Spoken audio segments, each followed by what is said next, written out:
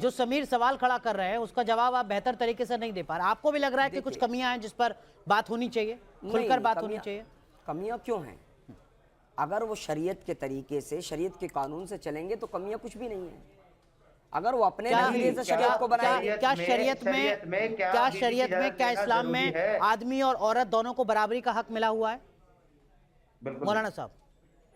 بالکل. دیکھیے, عورت کا جو سمان ہے وہ اس کی جگہ ہے. نہیں, برابری کا حق ہے کیا؟ دیکھیے, برابری کا حق زمین میں, باقی تمام چیزوں میں جو برابری کا حق ہوتا ہے وہ ہے یا نہیں ہے؟ وہ نہیں ہے. ٹھیک ہے. اور کیا جو دوسری شادی کرتا ہے آدمی وہ بیوہ سے ہی کرتا ہے یا باقی کسی سے بھی کر سکتا ہے؟ کسی سے بھی کر سکتا ہے, ضروری نہیں ہے کہ وہ بیوہ سے کرے. جب دوسری شادی یا چوتھی شادی کی بات شروع ہوئی تھی تب جنگ میں شوہر کے جانے کے بعد بیوہ سے شادی کرنا ایک بڑا آدھار تھا اس وقت دوسری شادی کا. اب آج کے زمانے میں کوئی کسی سے بھی کر سکتا ہے؟ ہاں, کر سکتا ہے. ٹھیک ہے. سمیر, اس زمانے میں بھی کر سکتا تھا, لیکن اس زمانے میں لوگ سہارا دینے کے لیے کیا کرتے تھے. سمیر, آپ اسٹارٹ سے بات کر رہے ہیں کہ جو جنگ میں جاتا تھا اس وجہ سے, یہ کوئی آدھار نہیں ہے, یہ کسی اسکرپچر میں ریٹرن نہیں ہے کہ آپ کو دوسری تیسری چوتھی شادی اس لیے کرنی ہے کہ لوگ جنگ میں جاتے ہیں اور مارے جاتے ہیں. یہ غلط ہے. آپ کو شرعن بنا کسی عذر کے, بنا کسی مسئلے کے, بنا کسی اجازت کے اگر آپ کیپیبل ہیں 4 بیوی کی ذمہ داری اٹھانے کے لیے, آپ ایک کے بعد ایک 4 شادی کر کے ایک ساتھ. اچھا, یہ بھی سمجھ لیجئے کہ اسلام میں صرف 4 شادی کرنے کی اجازت نہیں ہے بلکہ ایک ٹائم پہ 4 بیوی رکھنے کی اجازت ہے. اگر اس میں سے آپ نے سمجھ گیا کچھ ٹیکنیکل کر کے پھر 4 کر سکتے ہیں. ہاں, تو آپ کہہ رہے ہیں کہ اگر 4 شادیاں کی ہیں اور ایک بیوی کا انتقال ہو گیا تو پھر سے ایک اور لیا ہوا اپنے گھر پہ, مطلب آپ نے 5واں نکاح پڑھ لیا. ٹھیک ہے, پھر 2 کا اور انتقال ہو گیا تو پھر 2 اور لیا ہوا اپنے گھر پر, اس طریقے کا. ٹھیک ہے, بہت بہت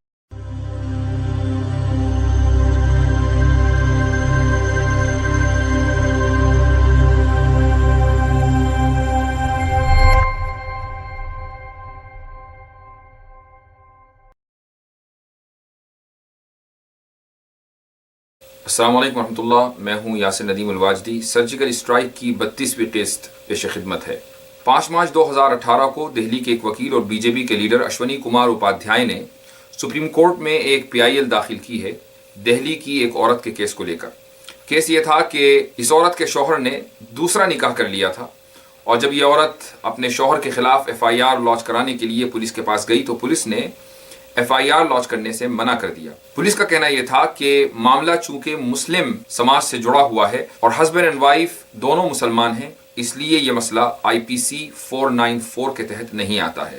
آئی پی سی 494 کا مطلب یہ ہے کہ ہسبینڈ یا وائف کے رہتے ہوئے دوسری شادی کرنا ہندوستان میں اللیگل ہے, لیکن یہ اللیگیلٹی صرف اور صرف نان مسلم سماج کے لیے ہے, مسلمانوں کے لیے یہ لیگل نہیں ہے, اس لیے کہ ان کو شریعہ اپلیکیشن ایکٹ کے کلاز نمبر 2 کے تحت یہ ایکسیپشن حاصل ہے کہ مسلم مرد ایک بیوی کے رہتے ہوئے دوسرا نکاح کر سکتا ہے, تیسرا نکاح بھی کر سکتا ہے, بلکہ ایک وقت میں وہ 4 بیویاں بھی رکھ سکتا ہے.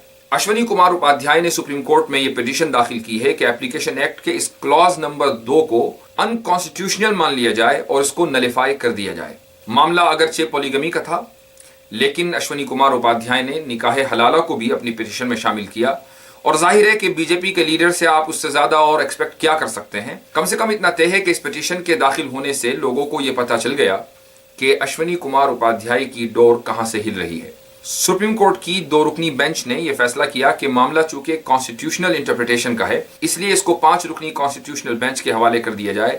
اب 5 رکنی کانسٹیٹیوشنل بینچ سپریم کورٹ کی اس معاملے پر غور کرے گی اور یہ دیکھے گی کہ کیا پولیگمی آرٹیکل 14, آرٹیکل 15 اور آرٹیکل 21 کے خلاف ہے یا نہیں. آرٹیکل 14 کا مطلب ہے جینڈر جسٹس اور ایکوالٹی.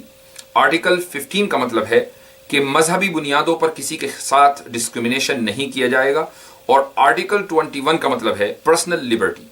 تو کیا پولیگمی یا ایک وقت میں ایک سے زائد بیویاں رکھنا ہندوستان کے دستور کے خلاف ہے؟ اسی طریقے سے آرٹیکل 14 یعنی جنسی مساوات اور جینڈر جسٹس یا ایکوالٹی کے خلاف ہے یا نہیں؟ آج ہم اسی مسئلے کو سمجھیں گے. ہندوستان کی سپریم کورٹ کیا فیصلہ کرتی ہے اور کیا فیصلہ نہیں کرتی, یہ تو مستقبل بتائے گا. ہمیں امید ہے کہ سپریم کورٹ میں مسلمانوں کو انصاف ملے گا, اور دستور نے مسلمانوں کو جو مذہب پر عمل کرنے کی آزادی دی ہے سپریم کورٹ اس آزادی کو باقی رکھے گی, اور ہندو رائٹ ونگ کے جو مقاصد ہیں سپریم کورٹ ان مقاصد کو انٹرٹین نہیں کرے گی. آگے کا ڈسکشن سمجھنے سے پہلے یہ یاد رکھیے کہ اسلام صرف ہندوستان کا مذہب نہیں ہے بلکہ ایک یونیورسل ریلیجن ہے اور اس کے ماننے والے دنیا کے ہر ملک میں پائے جاتے ہیں. اس لیے جب ہم کسی اسلامی عقیدے کی بات کرتے ہیں, کسی اسلامی ڈاکٹرین کی بات کرتے ہیں, تو ہمارے لیے ضروری ہے کہ ہم اس کو گلوبل کانٹیکس میں سمجھیں اور جانیں. صرف ہم اس کو ہندوستان کے کانٹیکس میں لمیٹڈ نہیں رکھ سکتے. اور خصوصاً یہ جو ٹاپک ہے پولیگمی کا, چونکہ ویسٹرن کنٹریز میں پولیگمی کے اوپر پابندی ہے اور پولیگمی اللیگل ہے. اگر کوئی آدمی پولیگمی ایکسرسائز کرتا ہے تو یہ پنشبل ایکٹ ہے تقریباً تمام ہی ویسٹرن کنٹریز میں. اور ہندوستان میں جو اکثر لاز ہیں وہ ویسٹرن ویلیوز اور کلچر سے متاثر ہو کر بنتے ہیں اور بنائے جاتے ہیں. اس لیے یہ سمجھنا بہت ضروری ہے کہ ویسٹ میں پولیگمی کے بارے میں کیا کہا جاتا ہے اور کیسے اس کو ٹریٹ کیا جاتا ہے. تبھی ہم اس موضوع کے ساتھ انصاف کر پائیں گے. لیکن پولیگمی کے اوپر بات کرنے سے پہلے میرے کچھ سوالات ہیں جو آج میں اپنے ویورز کے سامنے رکھنا چاہوں گا, اور اپنے ویورز کے توسط سے پوری دنیا کے سامنے رکھنا چاہوں گا کہ پولیگمی کے اوپر بات کرنے سے پہلے ان سوالات کے جوابات تلاش کرنا بہت ضروری ہے. میرا سب سے پہلا سوال یہ ہے کہ پولیگمی پر بات کرنے سے پہلے پولیمری کے اوپر بات ہونی چاہیے.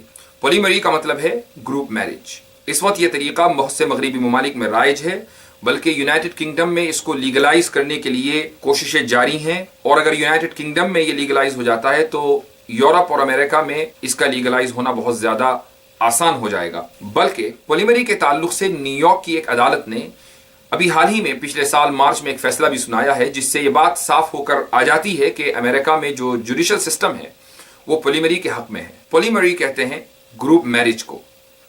کچھ لوگ مرد اور عورتیں ایک ساتھ کانٹریکٹ کرتے ہیں, کنسنٹ کرتے ہیں کہ ہم ایک دوسرے کے ہسبینڈ اینڈ وائف ہیں. تو یہ جو پورا گروپ ہے ان کا آپس میں جو تعلق ہوتا ہے وہ میرٹل بیسس پر ہوتا ہے. اسی کو پولیمری کہا جاتا ہے. نیو یارک کی ایک عدالت نے ابھی ایک سال پہلے ایک کیس میں فیصلہ سنایا ہے. یہ کیس تھا ڈان اور مائیکل مرانو اور آڈریا گارسیا کا. ڈان عورت اور مائیکل مرانو یہ دونوں ہسبینڈ اینڈ وائف تھے. ان دونوں کی آپس میں 2007 میں شادی ہوئی. ان کے ہاں کوئی اولاد نہیں ہوئی. آڈریا گارسیا ان کی نیبر تھی. اس کا پہلے سے ایک بوائے فرینڈ تھا جس کے ساتھ اس کا بریک اپ ہو گیا.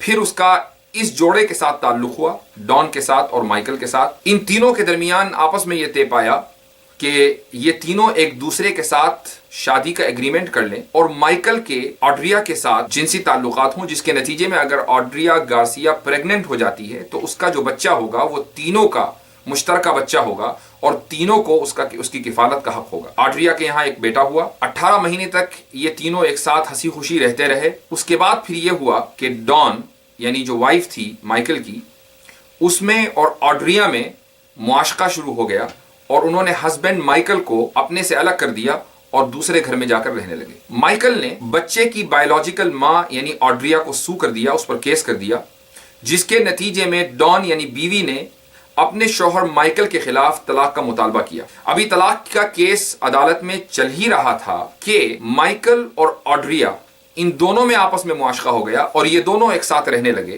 اور ڈان جو کہ مائیکل کی بیوی تھی وہ اب باہر کھڑی ہو گئی. اور اس کا مسئلہ یہ تھا کہ نہ تو وہ بچے کی بایولوجیکل ماں تھی اور نہ ہی وہ باپ تھی.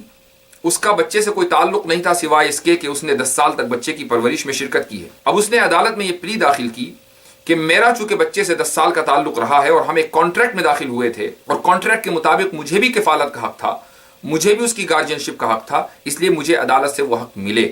نیو یارک کی عدالت نے مارچ 2017 میں ڈان مورانو کو یہ حق دیا کہ وہ بھی اس بچے کی لیگل گارڈین ہے. اس طریقے سے 3 لوگوں کے ایک کانٹریکٹ کو, میرج کانٹریکٹ کو نیو یارک کی عدالت نے تسلیم کر لیا. یہ پولیمری کا پہلا واقعہ امریکہ میں ہوا ہے. تو پولیگمی سے پہلے ہمیں پولیمری کے اوپر بات کرنی چاہیے, اور عدالت کی جو دلیل تھی وہ یہ تھی کہ ان 3 لوگوں نے آپس میں کنسنٹ کیا ہے, آپس میں معاہدہ کیا ہے اور اس معاہدے کو ہمیں آنر کرنا چاہیے. تو کیا پولیگمی میں معاہدہ نہیں ہوتا؟ تو کیا پولیگمی میں کنسنٹ نہیں ہوتا؟ اگر کنسنٹ وہاں پر دلیل بن سکتا ہے تو پولیگمی میں دلیل کیوں نہیں بن سکتا؟ میرا دوسرا سوال ہے پولی اینڈری کے بارے میں, کہ پولیگمی سے پہلے ہمیں پولی اینڈری کے بارے میں بھی بات کرنی چاہیے. پولی اینڈری کسے کہتے ہیں؟ ایک عورت کا چند بھائیوں کے ساتھ ایک ساتھ نکاح کر لینا پولی اینڈری کہلاتا ہے. مہابھارت میں دروپدی نے ایک ساتھ 5 بھائیوں سے شادی کی تھی. مہابھارت میں اس کا تذکرہ ہے. تو بی جے پی کے لیڈر اشونی کمار اپادھیائے کو چاہیے کہ سب سے پہلے مہابھارت کو ڈسون کریں اور اس کے خلاف بھی ایک پی آئی ایل داخل کریں کہ مہابھارت کو اگر ہندوستان میں پڑھا جائے گا تو اس سے پولی اینڈری کے پروموشن کا خطرہ ہے جو ہندوستان کے کانسٹیٹیوشن کے خلاف ہے، اس لیے مہابھارت کے اوپر پابندی لگنی چاہیے۔ یہ میں نہیں کہہ رہا ہوں، مجھے کوئی شوق نہیں ہے کہ مہابھارت کے اوپر یا کسی بھی مذہبی کتاب کے اوپر پابندی لگے، لیکن جن لوگوں کے شیشے کے مکان ہوتے ہیں انہیں دوسروں کے اوپر پتھر نہیں مارنے چاہیے۔ اور یہ بھی یاد رکھیے کہ پولی اینڈری صرف مہابھارت کے قصوں میں ہی رائج نہیں تھی، بلکہ آج بھی کنور ہماچل پردیش کے علاقے میں پولی اینڈری کا رواج ہے۔ پولی اینڈری نیلگری کے توڈا قبائل میں رائج رہا ہے، اسی طریقے سے کیرلا کے نائز برادری میں بھی پولی اینڈری کا رواج رہا ہے، اور آج بھی پہاڑی علاقے میں مسوری سے 85 کلومیٹر دور جوسر بوار میں پولی اینڈری کا رواج ملتا ہے۔ لیکن ہم نے آج تک نہیں دیکھا کہ عدالت عالیہ نے، سپریم کورٹ نے اس کے بارے میں کوئی نوٹس لیا ہو، یا کوئی کسی نے پی آئی ایل داخل کی ہو، یا کسی نے کوئی ایف آئی آر درج کرائی ہو کہ وہ لوگ جو پولی اینڈرسٹ ہیں، جو پولی اینڈری میں ملوث ہیں، ان کو جیل میں ڈالا جائے، چونکہ یہ کانسٹیٹیوشن جینڈر جسٹس اور کنسنٹ کے خلاف ہے۔ اگر کنور کے کلچر نے، اگر کیرلا کے کلچر نے، اگر اتراکھنڈ کے کلچر نے، ہماچل پردیش کے کلچر نے پولی اینڈری کو اس بنیاد پر قبول کر لیا کہ یہ ایک مذہبی مسئلہ ہے، اور دو پارٹیاں یعنی ایک عورت اور اس کے جتنے بھی ہسبینڈ ہیں جو آپس میں ایک دوسرے کے بھائی ہیں، اگر ان کے درمیان یہ کانسنٹ ہو رہا ہے تو کسی کو کوئی پرابلم نہیں ہونی چاہیے، تو پھر پولیگمی سے یعنی ایک مرد کی ایک ہی وقت میں اگر ایک سے زائد بیویاں ہوں تو اس میں پھر کیا پرابلم ہے؟ میرا تیسرا سوال ہے فرٹرنل پولی اینڈری کے بارے میں۔ فرٹرنل پولی اینڈری کا مطلب یہ ہے کہ ایک بہن کی اپنے بھائی یا اپنے بھائیوں سے شادی، چونکہ نہیں، ہندوستان میں یہ بھی رائج ہے۔ پنجاب کے مالوہ علاقے میں کسانوں میں اس کا رواج ہے۔ اور کیا آپ کو لگتا ہے کہ اس رواج کے بارے میں حکومت کو علم نہیں ہوگا؟ کیا آپ کو لگتا ہے کہ ہندو رائٹ ونگ کو اس رواج کے بارے میں علم نہیں ہوگا؟ کسانوں میں یہ رواج اس لیے ہے تاکہ ان کی پراپرٹی، ان کی زمین تقسیم نہ ہو۔ ظاہر ہے کہ جس ملک میں روٹی کپڑا مکان کی اس قدر قلت ہو کہ اس کی 1/3 پاپولیشن رات کو بغیر کھائے سوتی ہو، تو وہاں پر زمین کی تقسیم روکنے کے لیے اور اس کو بچانے کے لیے کیا کیا نجتن کیے جاتے ہوں گے۔ فرٹرنل پولی اینڈری کا رواج اسی لیے پڑا ہے، لیکن اس کے خلاف آج تک آپ نے کوئی آواز نہیں سنی ہوگی۔ کسی اپادھیائے نے آ کر یہ نہیں کہا ہوگا کہ یہ جینڈر جسٹس کے خلاف ہے، یا ایکوالٹی کے خلاف ہے، یا عورتوں کی آزادی کے خلاف ہے، پرسنل لبرٹی کے خلاف ہے۔ اگر اعتراض ہوتا ہے تو اسلام کے خلاف ہی ہوتا ہے، اور اس کی وجہ یہ برہمن واد ہے کہ جس کے راستے میں یہ مسلمانوں کو اپنی سب سے بڑی رکاوٹ سمجھتے ہیں۔ میرا چوتھا سوال ہے بیسٹیالٹی اور اینیمل براثلز کے تعلق سے، یعنی ایسے جانوروں کے باڑے کہ جہاں پر انسانوں کو جانوروں کے ساتھ جنسی عمل کرنے کی اجازت دی جاتی ہو، ان کو اینیمل براثلز کہا جاتا ہے۔ تھوڑا سا پروفیشنل ٹرم میں اس کو زو سیکشول ایکٹیویٹیز بھی کہتے ہیں، اور آپ کو حیرت ہوگی کہ کن ملکوں میں زو سیکشول ایکٹیویٹیز لیگل ہیں۔ ایک لمبی لسٹ ہے، ان میں سے میں کچھ ملکوں کا آپ کے سامنے نام لیتا ہوں۔ ساؤتھ امریکہ میں، ارجنٹینا میں زو سیکشول ایکٹیویٹیز لیگل ہیں، چلی میں، اور سب سے بڑھ کر 1977 سے اسرائیل میں، جاپان میں، یورپ میں، ہنگری میں، رومانیہ میں، رشیا میں، Finland and Iceland میں، اور اسی طریقے سے امریکہ کے کچھ اسٹیٹ مثلا ٹیکسس اور نیواڈا میں زو سیکشول ایکٹیویٹیز لیگل ہیں۔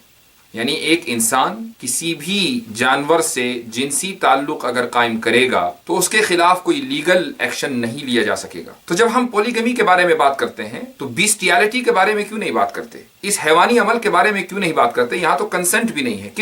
کون جانور ایسا ہوگا جو اپنا کنسنٹ اس حیوان کو دے گا، اس جانور سے بدتر انسان کو دے گا جو اس کے ساتھ جنسی عمل کرنے کے لیے اس کے باڑے میں پہنچا ہے؟ لیکن دنیا کی ترقی یافتہ قوموں نے اس کو لیگل مان لیا ہے۔ اب آپ سوال کریں گے کہ انڈیا میں تو یہ چیز لیگل نہیں ہے بلکہ ایک پنشیبل کرائم ہے، اس کے لیے اگلا سوال۔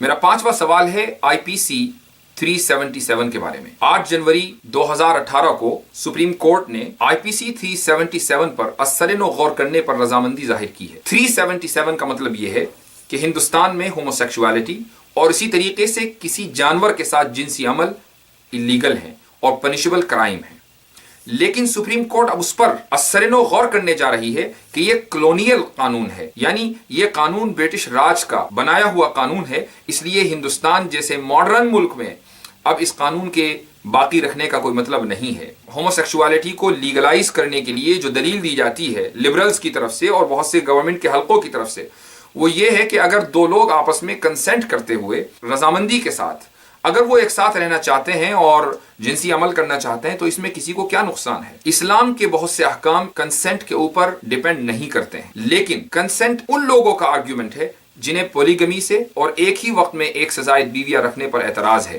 ان کا آرگومنٹ کنسنٹ ہے۔ تو اگر کنسنٹ کی بنیاد پر ہوموسیکشولیٹی کو وہ لیگلائز کرنا چاہتے ہیں اور بیسٹیالٹی کو، زو سیکشول ایکٹیویٹیز کو وہ انڈیا میں لیگلائز کرنا چاہتے ہیں 377 کو ختم کر کے، تو پھر پولیگمی سے کیا پرابلم ہے؟ میرا چھٹا سوال ہے نیویارک سے متعلق۔ ابھی تک ملک میں نیویارک سے متعلق کوئی قانون کیوں نہیں بنا؟ نیویارک کا کیا مطلب ہے؟ ہندو اسکرپچرز کے مطابق ایک عورت اپنے شوہر کے رہتے ہوئے کسی دوسرے مرد کے ساتھ جنسی تعلقات قائم کر سکتی ہے کچھ شرائط کے ساتھ۔ ان میں ایک شرط یہ ہے کہ اگر اس کا شوہر کسی کام کی وجہ سے یا کسی اپنے مذہب کی تبلیغ کی وجہ سے یا اپنے ملک کی حفاظت کے لیے اپنے گھر سے باہر گیا ہوا ہے، سفر میں ہے، اور کچھ سال وہ اپنے گھر واپس نہیں آ سکا، 3 سے 8 سال کا ہندو اسکرپچرز میں ذکر ملتا ہے کہ اگر وہ مال کمانے کے لیے گیا ہے تو 3 سال تک واپس نہیں آیا، اگر وہ اپنے دھرم کی حفاظت کے لیے اور دھرم کی تبلیغ کے لیے وہ ملک سے باہر گیا ہے تو 8 سال تک مثلا وہ عورت انتظار کرے، اور اگر 8 سال کے بعد یا 3 سال کے بعد اس کا شوہر نہیں لوٹتا ہے تو وہ شوہر سے طلاق لیے بغیر ایک دوسرے مرد کے ساتھ اولاد کو حاصل کرنے کے لیے، بچہ پیدا کرنے کے لیے جنسی تعلقات قائم کر سکتی ہے۔ اور اس میں جو شرائط ہیں، اس میں جو سب سے پہلی شرط ہے وہ یہ ہے کہ جس مرد کے ساتھ نیویارک کیا جا رہا ہے وہ مرد برہمن ہو اور عورت نچلی ذات کی ہو۔ اسی طریقے سے نیویارک کی اس صورت میں بھی اجازت ہے ہندو اسکرپچر کے مطابق کہ اگر ایک عورت کے یہاں بچہ نہ ہوتا ہو اور اس کی وجہ مرد ہو، مرد امپوٹنٹ ہو، تو عورت کسی دوسرے مرد کے ساتھ نیویارک کر کے بچہ پیدا کر سکتی ہے۔ اسی طریقے سے اگر عورت ایسی ہے کہ اس کے یہاں بچے پیدا نہ ہوتے ہوں تو مرد کو یہ اختیار ہے کہ وہ کسی بھی عورت کے ساتھ نیویارک کر سکتا ہے اور بچے پیدا کر سکتا ہے۔ ہندو اسکرپچر کے مطابق راجا پانڈو کی 2 بیویاں تھیں اور ان دونوں بیویوں نے نیویارک کیا اور اس کے نتیجے میں پانڈووں کی پیدائش ہوئی۔ نیویارک کے مطابق ایک عورت 11 مردوں کے ساتھ تعلقات قائم کر سکتی ہے اور 10 تک بچے پیدا کر سکتی ہے۔ کیا یہ جینڈر جسٹس کے خلاف نہیں ہے؟ کیا یہ جینڈر ایکوالٹی کے خلاف نہیں ہے؟ کیا اس سے عورتوں کے حقوق پر ضرب نہیں پڑتی ہے؟ کیا عورتوں کے حقوق اس سے سیکیور ہوتے ہیں؟ کیوں ابھی تک سپریم کورٹ میں کوئی PIL داخل نہیں ہوئی نیویارک کو اللیگل قرار دینے کے لیے؟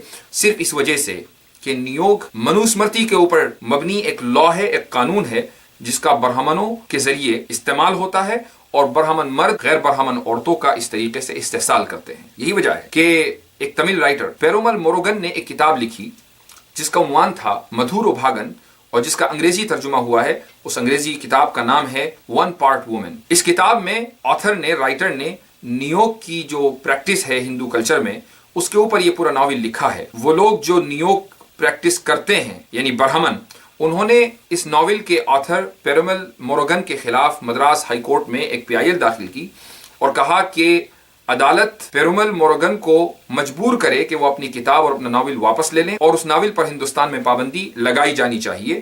لکیلی، خوش قسمتی سے پیرومل موروگن کے حق میں عدالت نے فیصلہ کیا اور اس کتاب پر پابندی نہیں لگائی۔ لیکن یہاں سوال یہ ہے کہ اگر ایک شخص نے جو کہ خود بھی ہندو ہے ایک ظالمانہ روایت کے خلاف ناول لکھا اور اپنی قوم کو متوجہ کیا کہ اس ظالمانہ روایت کو ختم کیا جانا چاہیے، تو کیوں کچھ لوگ اس کے خلاف کورٹ میں چلے گئے اور اس کی کتاب پر پابندی لگانے کی مانگ کی؟ کیا ان لوگوں کو جینڈر جسٹس اور جینڈر ایکوالٹی کا خیال نہیں آیا؟ میرا 7واں سوال ہے کمبھ وواہ کے تعلق سے۔ کمبھ وواہ ایسی عورتوں کا کرایا جاتا ہے کہ جو مانگلک، یعنی وہ لڑکیاں جب وہ پیدا ہوئیں تو منگل یعنی مارس ہندو ایسٹرولوجی کے مطابق پہلے، چوتھے، 7ویں، 8ویں یا 12ویں گھر میں ہو تو ایسی لڑکی کو مانگلک کہا جاتا ہے، اور ایسی لڑکی اگر کسی سے بھی شادی کرے گی تو وہ کبھی بھی خوش نہیں رہ پائے گی اور ان کی فیملی لائف میں ہندو ایسٹرولوجی کے مطابق بہت زیادہ پرابلمز رہیں گی۔ اس لیے ہندو ایسٹرولوجی نے اس کا یہ حل پیش کیا کہ ایسی مانگلک لڑکیوں کی سب سے پہلے پیپل کے درخت کے ساتھ شادی کرائی جانی چاہیے، اس کے بعد پھر وہ اپنی پسند کے لڑکے سے شادی کر سکتی ہیں۔ ایک عورت کا ایک درخت کے ساتھ شادی کرنا، کیا یہ جینڈر جسٹس کے خلاف نہیں ہے؟ کیا یہ ویمن رائٹس کے خلاف نہیں ہے؟ کیا یہ ویمن ایکوالٹی کے خلاف نہیں ہے؟ ایسی شادی پر ابھی تک روک کیوں نہیں لگائی گئی؟ اور حیرت ہے کہ کمبھ وواہ کا جو رواج ہے وہ صرف جاہلوں کے یہاں یا لوور کاسٹ میں نہیں ہے، بلکہ اپر کاسٹ میں اور پڑھے لکھے ہندوؤں میں ہے، سیلیبریٹیز میں ہے۔ انڈیا کے مشہور سیلیبریٹی امیتابھ بچن کی جو بہو ہے اس کا بھی پہلے کمبھ وواہ ہوا ہے اور اس کے بعد وہ امیتابھ بچن کی فیملی میں بہو کے طور پر قبول کی گئی ہے۔ اس لیے پولیگمی سے پہلے ہمیں ان سوالات کے جوابات ڈھونڈنے ہوں گے کہ آخر کس بنیاد پر پولیمری، پولیینڈری، فرٹرنل پولیینڈری، نیوگ اور کم وواہ اور ہومو سیکشوالٹی جیسی روایات کو ہندوستان میں اور ہندوستان سے باہر لیگلائز کیا جا رہا ہے یا لیگلائز کرنے کی کوششیں کی جا رہی ہیں۔ اب آئیے اسلام میں تعدد ازواج یا پولیگمی کی طرف۔ جو صحیح ٹرم ہے انگریزی کی وہ پولی جنی ہونی چاہیے۔ پولی کے معنی آتے ہیں تعدد یا کثرت کے، اور جنی کے معنی آتے ہیں ویمن، فیمیل، یعنی ایک مرد مختلف متعدد بیویاں رکھ سکتا ہے، اسی کو پولیجنی کہا جاتا ہے۔ پولیگمی کا مطلب ہے کثرت ازواج، یعنی چاہے ایک عورت کے مختلف پارٹنرز ہوں یا ایک مرد کی مختلف پارٹنرز ہوں۔ قرآن کی سورہ نساء چیپٹر نمبر 4 آیت نمبر 3 میں پولیجنی کا ذکر ملتا ہے۔ اللہ سبحانہ و تعالیٰ فرماتے ہیں فَانْكِحُوا مَا طَابَ لَكُم مِّنَ النِّسَاءِ مَثْنَىٰ وَثُلَاثَ وَرُبَاعَ، تو تم نکاح کرو ان عورتوں سے جو تمہیں پسند ہو۔ لیکن ایک منٹ، آگے بڑھنے سے پہلے ایک بات ذہن میں رکھیے، جو اسٹیٹمنٹ شروع ہو رہا ہے وہ یہاں سے تو تم نکاح کرو۔ اب یہاں سوال یہ ہے کیا کوئی اسٹیٹمنٹ اس طریقے سے شروع ہوتا ہے؟ اگر کوئی اسٹیٹمنٹ اس طریقے سے آپ دیکھیں، خود آپ کو انداز معلوم ہو جائے گا کہ اس سے پہلے کوئی نہ کوئی بات ذکر ہو چکی ہے، جبھی لفظ تو آیا ہے، یا انگریزی میں جس کو ہم سو کہتے ہیں، عربی میں اس کو فا بولتے ہیں، اس سے پہلے اللہ سبحانہ و تعالیٰ نے ایک اور بات ذکر کی ہے، اور وہ بات اس طریقے سے ہے وَإِنْ خِفْتُمْ أَلَّا تُقْسِطُوا فِي الْيَتَامَى، اگر تمہیں اندیشہ ہو کہ تم یتیم بچیوں کے بارے میں انصاف قائم نہیں رکھ پاؤ گے۔ کیا مطلب؟ اس زمانے میں یہ پریکٹس تھی کہ جب کسی کوئی یتیم بچی ہوتی تھی جس کا نہ ماں ہو نہ باپ، تو اس کے جو رشتہ دار تھے اس کو اڈاپٹ کر لیتے تھے، اور اگر اس کو ماں باپ کی طرف سے جائیداد ملی ہو اور بچی بھی قبول صورت ہو تو جو شخص اس کو اڈاپٹ کرتا تھا وہی اس بچی سے نکاح کر لیتا تھا تاکہ اس کی دولت بھی مل جائے، اور چونکہ گھر کی بچی ہے، خود وہ اس کا گارجین ہے، تو چاہے وہ اس کا کوئی مہر طے کرے یا نہ کرے وہ اس کی مرضی ہے، اور اس طریقے سے پوری دولت بھی اس کے ہاتھ میں آ جاتی تھی، وہ لڑکی بھی اس کو مل جاتی تھی، اور مہر بھی اس کو کم سے کم دینا ہوتا تھا یا وہ مہر دیتا ہی نہیں تھا۔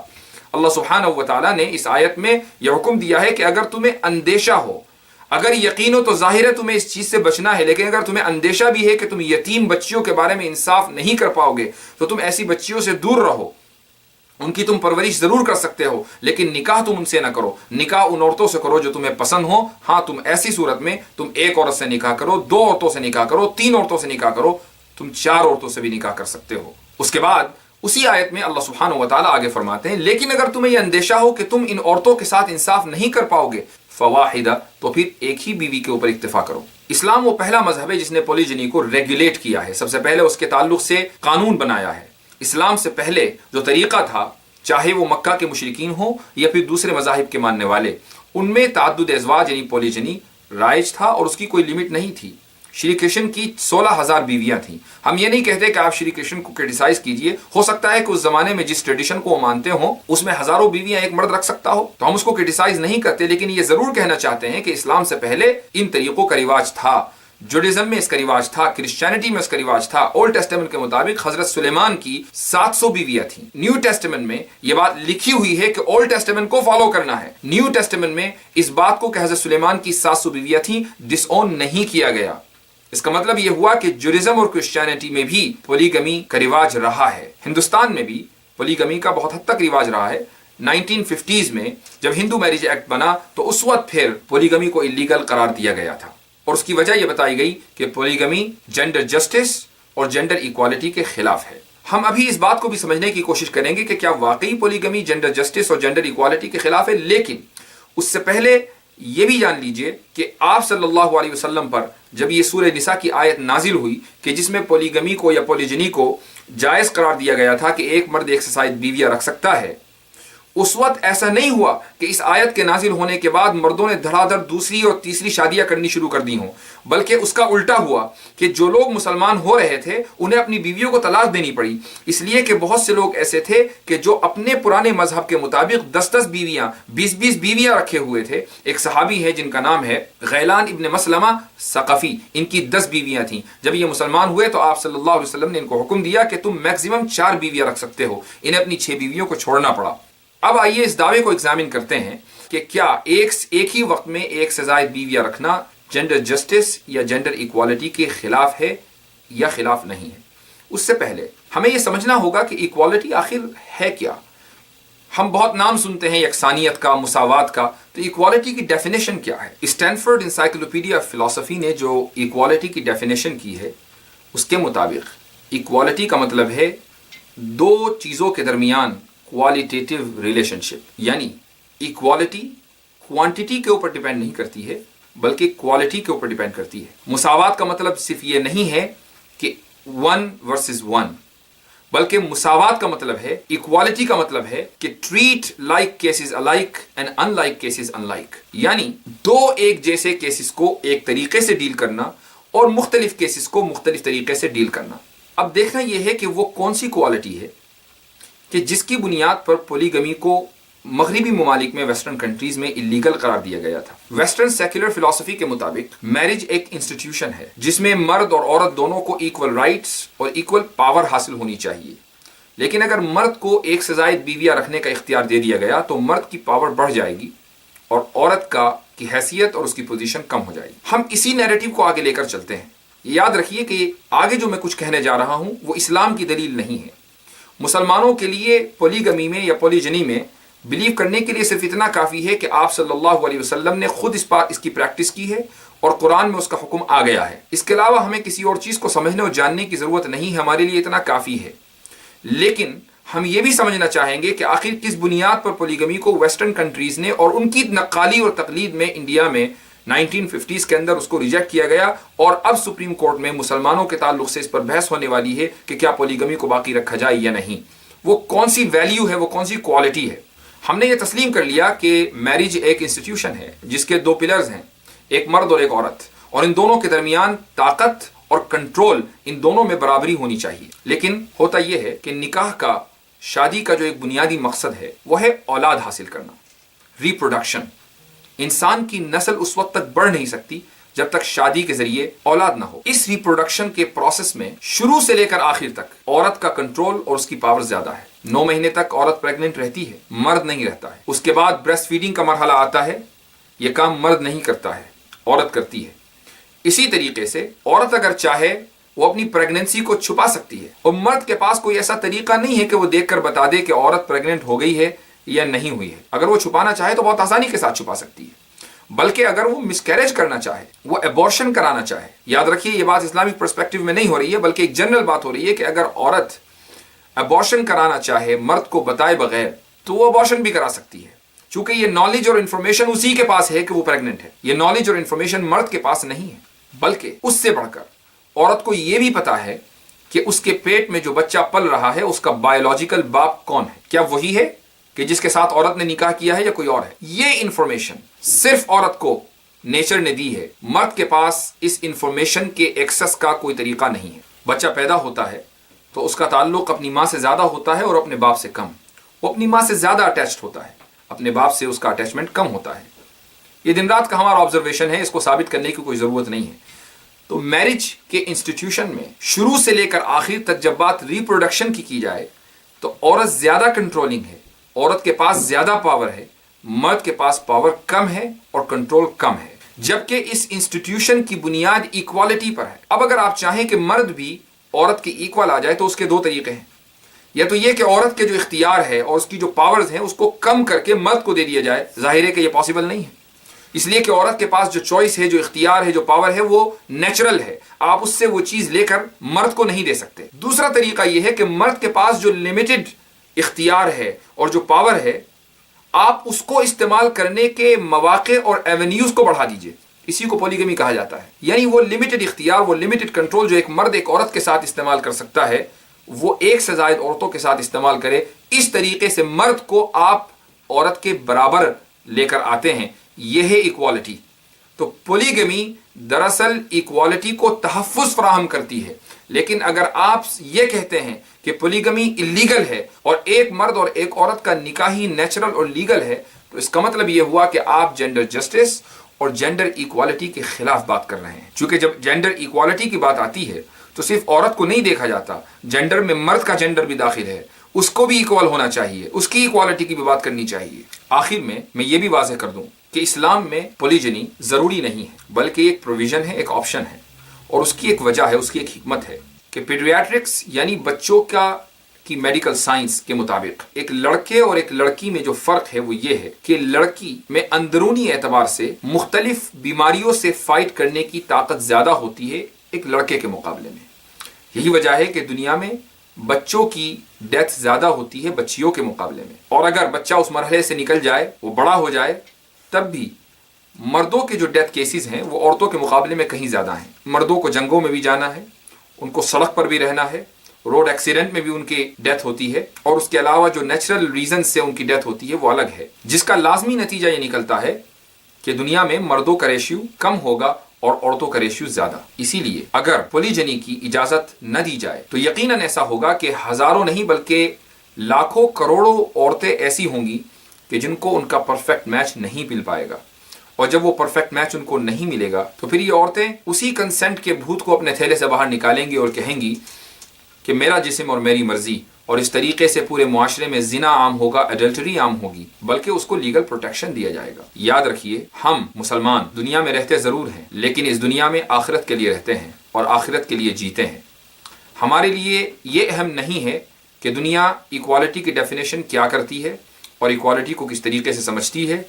ہمارے لیے اہم یہ ہے کہ اللہ سبحانہ و تعالیٰ کا ہمارے لیے کیا حکم ہے، اللہ نے ہمارے لیے کیا چیز حلال کی ہے اور کیا چیز حرام۔ یوٹیوب پر ہمارے چینل پیٹریوٹک انڈین پلس کو ضرور سبسکرائب کریں، اور اسی طرح آپ کی اسکرین پر جو فیس بک کا لنک آ رہا ہے اس پر ہمارے پیج کو ضرور لائک کریں۔ انشاءاللہ پھر ملاقات ہوتی ہے۔ السلام علیکم ورحمۃ اللہ وبرکاتہ۔